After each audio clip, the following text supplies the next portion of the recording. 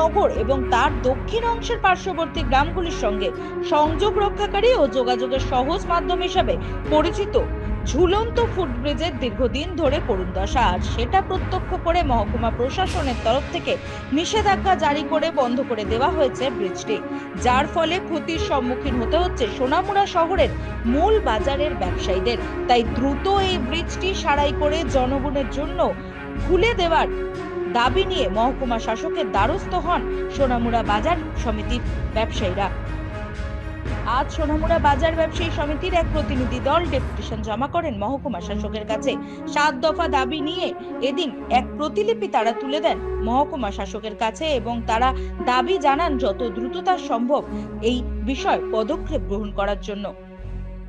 বাজারের মেইন যোগাযোগ যে ব্যবস্থা আছে সেই যোগাযোগ ব্যবস্থাটা হলো আমাদের যে ঝুলন্ত ব্রিজ আছে, যেটা কাঠালিয়া, ধনপুর, সোনাপুর, শ্রীমন্তপুর, রবীন্দ্রনগর এই দিকের সমস্ত বৃহৎ অংশের যে পরিবারগুলো আছে, এই পরিবারগুলা সোনামুড়া বাজারে জিনিসপত্র বেচা কেনা করে এবং হসপিটালে বাচ্চাদেরকে স্কুলে নিয়ে আসার যে মেইন যোগাযোগ যে ব্রিজ আছে সেই ব্রিজটা দীর্ঘদিন ধরেই ভাঙা আছে।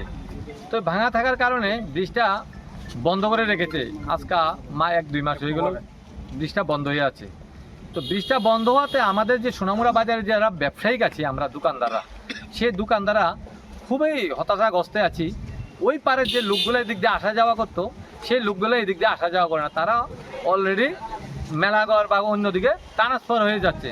তো আমাদের এই যোগাযোগ ব্যবস্থা না থাকার কারণে আমাদের বাজারের যে ব্যবসায়িকরা আছি আমরা হতাশাগ্রস্তের কারণে আমরা দীর্ঘদিন ধরে ডিএম স্যারের কাছে ডেপুটেশন দিয়েছি, 3 বার আরও বিভিন্ন জায়গায় দিয়েছি, কোনো সুরাহা হয় নাই।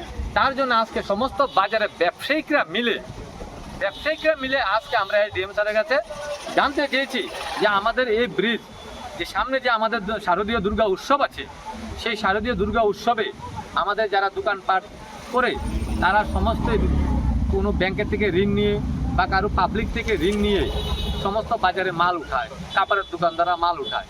তার কারণে যদি এই পরিস্থিতি থাকে, ব্রিজ বন্ধ থাকে, তাহলে আমাদের দোকানদারের মাথায় বাড়ি পড়বে। তো আমাদের এসেছে সেটা মূলত ওরা ডিএম স্যারকে উদ্দেশ্য করে একটা রিপ্রেজেন্টেশন দিয়েছে। আমাদের যে সোনামুড়া বাজারের ঠিক পাশে যেই ব্রিজটা রবীন্দ্রনগরের দিকে যায়, স্টিল ফুট ব্রিজ, এটা অনেকদিন ধরেই প্রচণ্ড ডিলাবিলিটির অবস্থায় আছে এবং একদিক হেলে গিয়েছে। তো এটাতে প্রাণহানির মতো সম্ভাবনা দেখা দিয়েছে, সেজন্য ব্রিজটা ইমিডিয়েট মেনটেন্স প্রয়োজন, সেটার জন্য ওরা এসেছিল। তো এটা আমরা জানি এবং ঊর্ধ্বতন কর্তৃপক্ষের সাথে আগেও আলোচনা হয়েছে।